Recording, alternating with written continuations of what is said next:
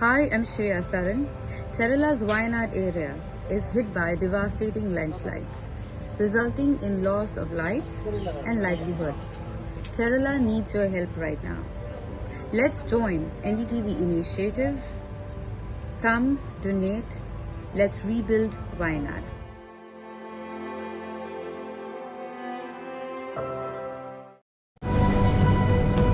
While the world grapples with choked shipping routes owing to geopolitical tensions, a shorter route running along the Russian north coast and passing through the remote Arctic Circle promises a lot. We are right now standing beside this big icebreaker ship. Watch this NDTV special from the far west corner of Russia in the Arctic Circle to know more about the Northern Sea route and its significance pertaining to India. Stay informed and entertained with the new and updated NDTV News app.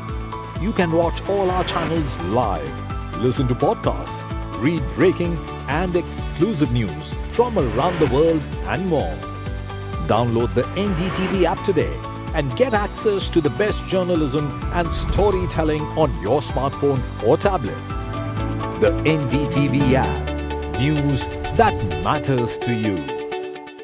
Landslide devastation in Kerala's Wayanad. Join NDTV's initiative. Donate for Kerala.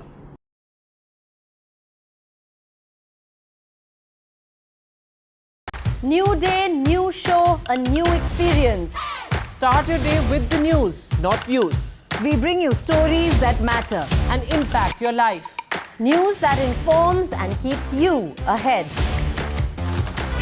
From Maximum City, Mumbai, To the seat of power, Delhi. NDTV brings you the best breakfast show. Breakfast news on NDTV. 8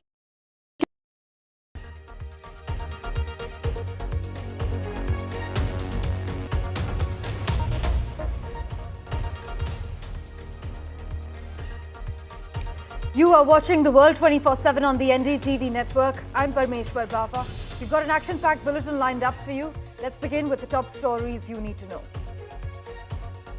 External Affairs Minister Dr. S. Jaishankar will be on a two-day visit to Germany beginning today. During this visit to Berlin, Dr. Jaishankar will meet the German Federal Foreign Minister as well as other key leaders. US Vice President Kamala Harris and former President Donald Trump will come face-to-face for the first time at ABC's presidential debate. The United States has announced it would invest in expanding India's semiconductor industry as Washington seeks to diversify supplies of the critical technology away from China and away from Taiwan. Equity markets across the world traded down last week. Two major economic indicators for the US that were released show that the US economy may contract sooner and stronger than expected. Apple will sell the just launched iPhone 16 Pro lineup in India at approximately 15,000 rupees lower than its predecessor's launch prices as it expands the benefits from reduced import duties and expanding local manufacturing to consumers. Typhoon Yagi, Asia's most powerful storm this year, left dozens dead in northern Vietnam and widespread damage as it churned westwards.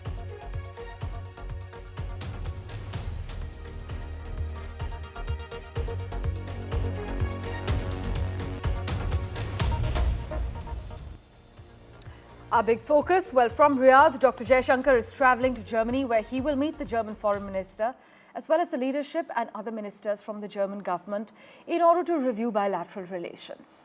This will actually be his third bilateral visit to Berlin. And as you know, India and Germany share a robust strategic partnership, with Germany actually being a key trade partner and major FDI source. On the third and final leg of his trip, Dr. Jaishankar will be in Geneva. Mohammad Ghazali is tracking the finer details of Dr. Jaishankar's short Europe touchdown. He joins us live at the moment. Ghazali, take us through the plan of action of the Foreign Minister's two-day Berlin visit. See, Parmeshwar, as you rightly mentioned, this trip is very significant because Germany is not our partner in energy or solar alliance, but it is also a very reliant partner when it comes to defense procurement and is a very important partner in the entire European region. Also, German Chancellor is scheduled to visit India next month. So before his visit, Mr. Jaishankar is there to discuss a gamut of issues of all the bilateral ties related to trade, investment, defense, energy sector, and different other sectors. And also, you see that there is global conflict happening, and many countries have voiced their opinion that perhaps India could be a possible peacemaker when it comes to the conflict in Ukraine, Russia, or even in the West Asia. So, considering the changing situation at global level, Mr. Jaishankar's visit is very relevant there, and also it will improve our ties with Germany. As German Chancellor is also supposed to visit India next month, so be it related to the trade sector, be it related to energy sector or our defense procurement sector. All these sectors, all these issues will be under discussion when Mr. Jaishankar touches down or reaches Germany. He will be meeting the foreign minister of Germany, and he's also scheduled to meet and expected to meet the chancellor of Germany to sort of boost our ties, boost our relations with Germany.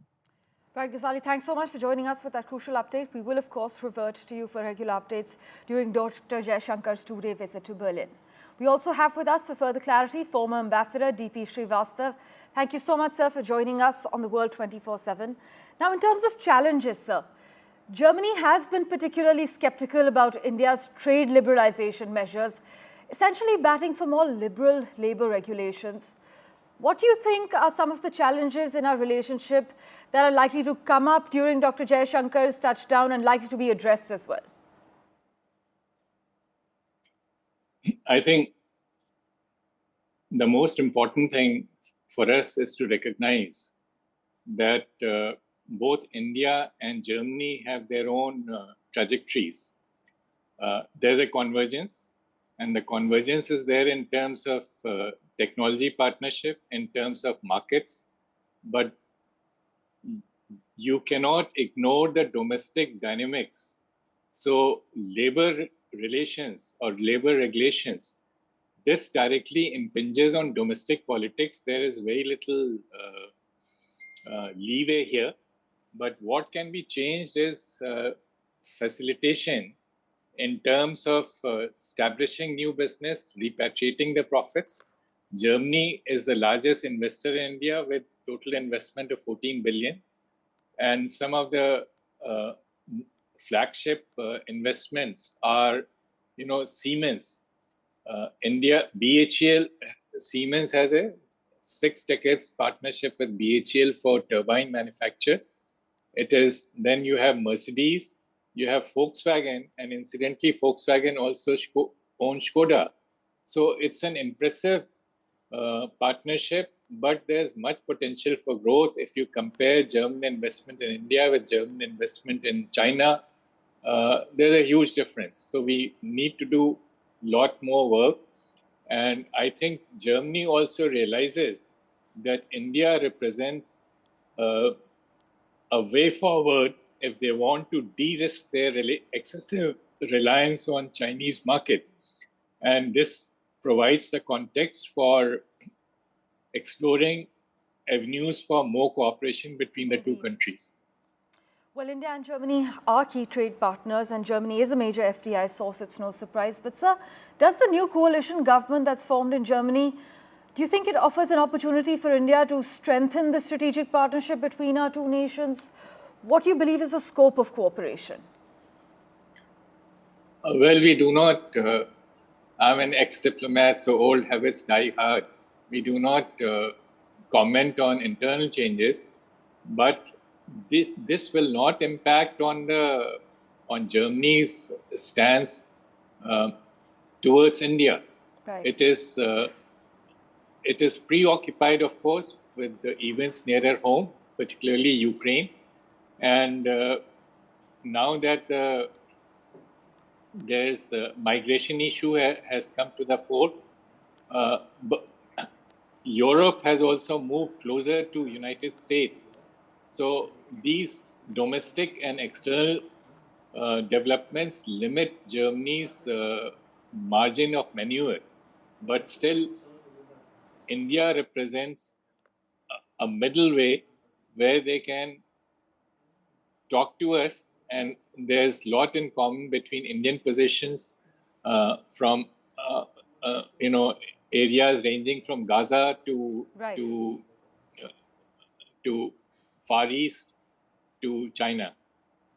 So also, since more than 20% of German trade is actually conducted in the Indo-Pacific neighborhood, would you say Germany's outlook is of shared responsibility to maintain stability, because both India and Europe's key interests are at stake when it comes to championing a free and open Indo-Pacific?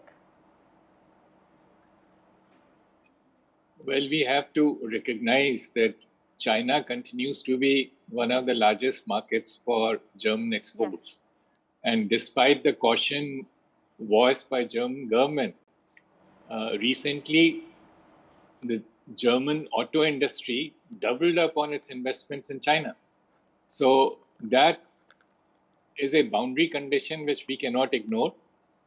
Germany is also a member of NATO, but NATO's focus remains closer home.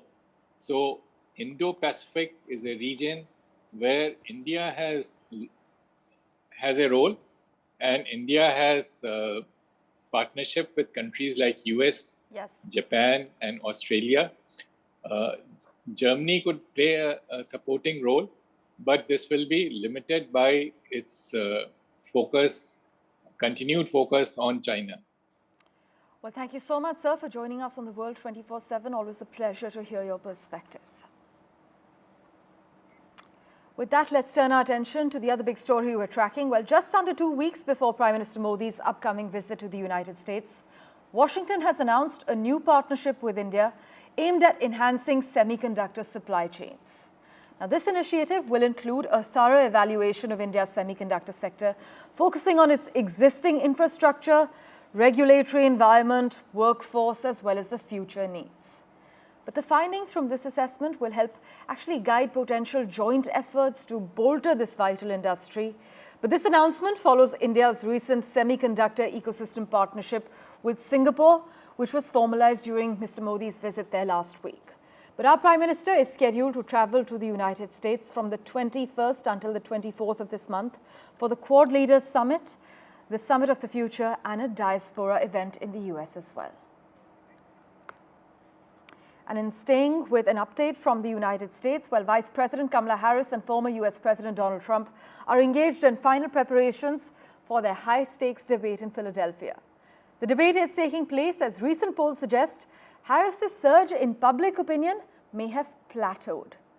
Since the American public knows far more about Trump than about Kamala Harris, many argue that the stakes for her seem higher. But until we see what happens on that stage, it's hard to determine what a win for either candidate looks like. But debates are unpredictable things. Just ask Joe Biden. Meanwhile, with the holidays now firmly in the rearview mirror, the investment mood is tracking the drawing in of the evenings as autumn begins. Well, after 2 years of rising interest rates, the big question is whether or not the United States can avoid a recession. Well, equity markets across the world traded down last week. Two major economic indicators for the US that were released show that the US economy may contract sooner and stronger than expected. In fact, many investors are nervous that the decision by the US Federal Reserve on interest rates is too late and is behind the cycle. It's also feared that even if the US lowers rates over 2 weeks, it will have a limited effect on its economy that moves towards lower growth and higher unemployment. We have with us Jayant Krishna joining us, who needs no introduction. Thank you so much, sir, for making time for us. Would you argue that the United States could easily be tumbling towards a major recession after the job market indicators point towards unemployment, even though the rate of it had dipped in recent weeks? So, yeah, I would feel that, as many economists have said, that the US economy may contract sooner and perhaps to a greater degree than what it was forecast a few months ago. If you look at some of the recent indicators, the growth has lowered, the unemployment rate is higher. There has been a real contraction in the manufacturing sector. In July, it contracted by about 0.3%. And for 20th time in the last 21 years, the manufacturing sector has contracted. So these are surely not good trends at all. But they're mixed signals, because if you look at the U.S. Average hourly earnings, that last month went up. New jobs did get created. The expectation was that about 160,000 jobs will get created. That didn't happen, but about 142,000 jobs did get created. If you look at, I was reading Barclays economist view, and and they say that the economy may not go for a recession as bad as people are forecasting. So there is an uncertainty, which is not good for the stock markets, and no wonder if you look at last week, overall, the S&P 500 contracted by about 4%, NASDAQ fell by about 6% a week as a whole, and Dow Jones Industrial Index also shrunk by almost 3%. So I think this is it's a mixed bag, and with U.S. elections happening, the uncertainty continues and it only mounts up. Right. So I think and taking looking at what has happened in the U.S. equity markets worldwide traded downwards last week. Let's see what's in store this week. But things don't look as promising as one would have expected. Yes, some people argue that it's not all rosy, but then on the other hand, you have some arguing that the US economy is actually cruising towards a soft landing with no recession on the table. But sir, what's your assessment? How has the uncertainty in US equity markets actually influenced global markets? So, one is the fact is our supply chains, our trade linkages all over the world. What happens in the largest economy in the world does affect other economies, because the supply chain, linkages because of export imports, but the fact is, as a standalone, if you look at some of the major economies, look at UK. UK's economy has not been doing well in Rishi Sunak's days also. And if you look at now with the new Labour Party-led government, their projection of a gloomy economy continues. In fact, they have said, be prepared for the worst. Germany, if you look at the recession which had hit their economy last year, it continues. In fact, the overall EU growth rate that one is talking about in 2024 is as low as 1%. And a recent report by EU, which was chaired by the former Italian premier, it talks about EU facing some kind of a existential crisis, and they have talked about EU as a whole, as an economic entity, have to talk about, have to thrash out and formulate a strategy to fight. Not fight, but how do you grow? How do you keep EU relevant vis-a-vis China and US economies? And unless big time investments flow in, things may not look good elsewhere. China, if you look at their growth rate, had the overall economy's growth rate had shrunk. It is still not that bad, with about 4.6% to 5% projection for 2024. All markets, in Tokyo, Hong Kong, the Asian markets, Shanghai, Seoul, they all showed a downward trend last week. Even Sydney in Australia fell. So I think these are, India perhaps remains the only bright spot, but the fact is, even our economy, our GDP didn't grow as much as it grew, and vis-a-vis the projection it was there for July figures which are out. So I think actually for the Q1 figures, which are out. So I think it's a mixed bag, and partly the market's not doing well, and the downfall that you saw last week is attributable to the US shrinkage of the stock markets, and largely because many of these economies not doing as well. So it is a cumulative effect of both the things, I would believe. Well, it's always a pleasure to chat with you, sir. Thank you so much for joining us on the World 24/7 with your assessment. Pleasure. With that, let's turn our attention now to the typhoon Yagi. Well, the most powerful storm to hit Asia this year. It has caused significant devastation in northern Vietnam. In fact, preliminary estimates from the government reveal that at least 49 people have died and 22 remain missing, primarily due to landslides and flooding that's been triggered by the typhoon. The storm, which made landfall over the weekend on Saturday on Vietnam's northeastern coast, which is actually an area known for its extensive manufacturing, has also resulted in widespread damage to infrastructure and factories.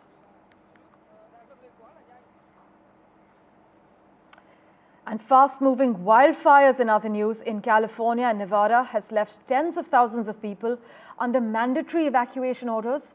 Numerous structures threatened and air quality impacted as the dangerous heat wave grips much of the southwestern U.S. In fact, several of the fires are in California, in Washington and Idaho. They are forming their own thunderstorms with extreme and shifting winds at the surface, making it more difficult for firefighters to fight the flames. But excessive heat warnings remain in effect across Southern California as the rare September heat wave continues. Well, news and updates continue in a moment right here on NDTV 24/7. We're stepping into a very short break for now.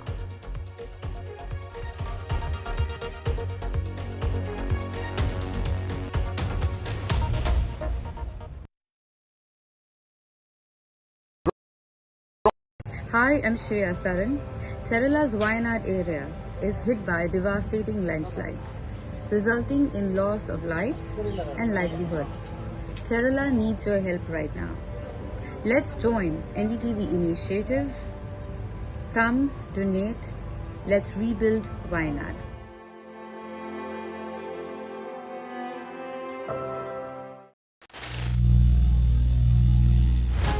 Some people say the metaverse will only be virtual.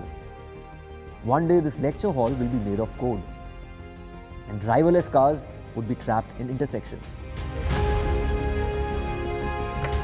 But even in this maze of the future, you can't wish away health. It's time to become more resilient.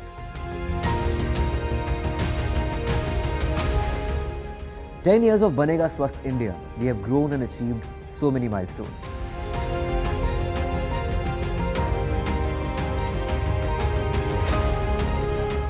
And now I have a plan to beat the urgency, to stop breathing with difficulty, to relieve getting choked with inactivity.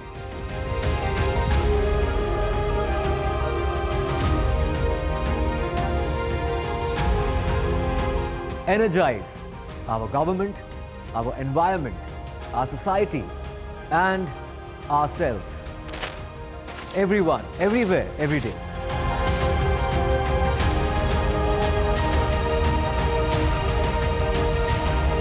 Banega Swasth India.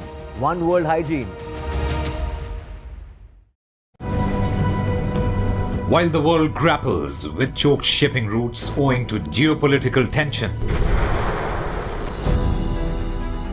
a shorter route running along the Russian north coast and passing through the remote Arctic Circle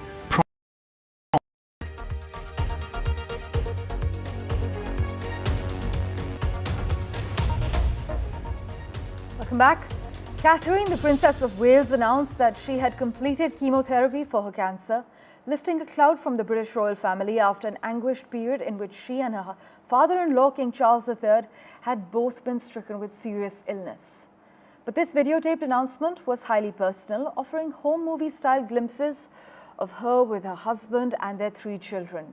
But it left many questions unanswered: whether her doctors have declared her medically free of cancer, whether she is still undergoing other forms of treatment, and her prognosis for a full recovery.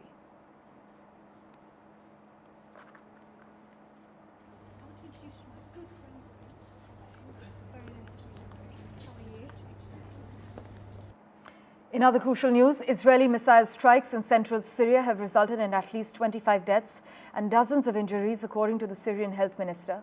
A military source informed local media that around 11:20 p.m. local time over the weekend on Sunday, Israeli forces conducted an airstrike from northwestern Lebanon, targeting several military positions in central Syria. But the Syrian health minister has condemned the recent missile strikes as brutal and barbaric aggression. Officials, in fact, added that these strikes inflicted severe damage on water and electricity infrastructure, and they emphasized that the attack primarily targeted civilian areas, noting that the majority of those killed and wounded were civilians.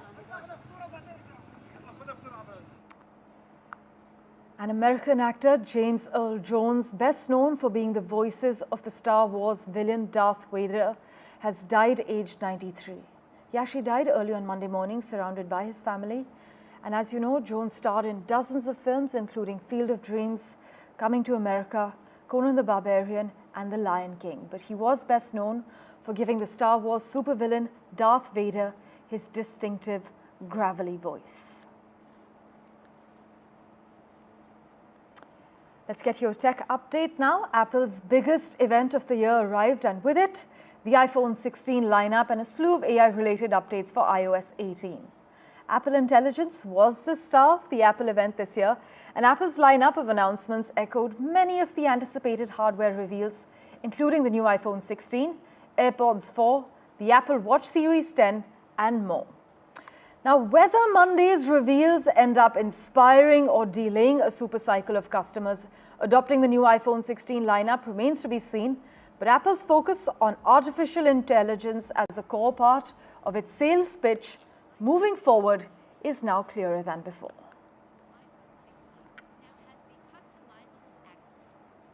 In top entertainment news, Selena Gomez has revealed she will be unable to carry a child to term due to her ongoing medical issues, which would mean pregnancy would pose a risk to both herself and a fetus. In fact, in an interview with Vanity Fair, the Only Murders in the Building actor and former Disney star said she had planned to start a family by the time she turned 35, but she said, "I haven't ever said this, but I unfortunately cannot carry my own children." She further added, "I have a lot of medical issues that would put my life and the baby's in jeopardy. That was something I had to grieve for a while." The 32-year-old didn't specify which medical issue in the interview, but she has previously spoken about being diagnosed with lupus in 2015, a disease where the immune system attacks its own tissues and organs. And in other news, after 36 years of waiting, the juice is finally loose again in Beetlejuice, this time racking up $110 million in its premiere weekend. The original Beetlejuice film earned a mere $8 million in its opening weekend back in 1988, unadjusted for inflation, but went on to make $77 million in theaters domestically as it became a cult classic. But after 36 years in waiting, the juice is finally loose again. I am serious. If you say his name 3 times, he will appear. I'm gonna make you so happy. Well, thank you for investing your time and watching this edition of The World 24/7. We'll keep tracking the latest updates for you. Do stay tuned.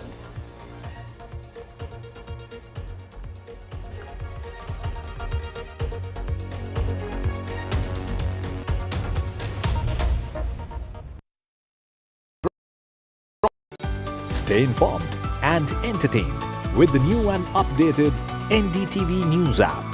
You can watch all our channels live, listen to podcasts, read breaking and exclusive news from around the world and more. Download the NDTV app today and get access to the best journalism and storytelling on your smartphone or tablet. The NDTV app. News that matters to you. Landslide devastation in Kerala's Wayanad. Join NDTV's initiative. Donate for Kerala.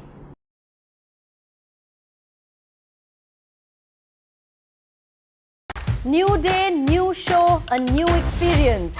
Start your day with the news, not views. We bring you stories that matter and impact your life.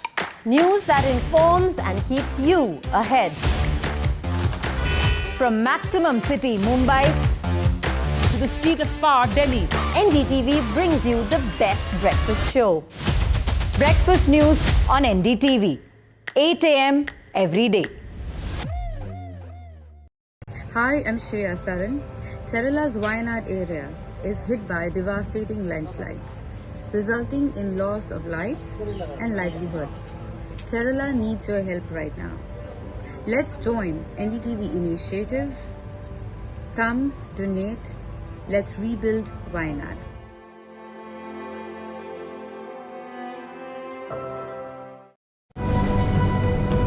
While the world grapples with choked shipping routes owing to geopolitical tensions, a shorter route running along the Russian north coast and passing through the remote Arctic Circle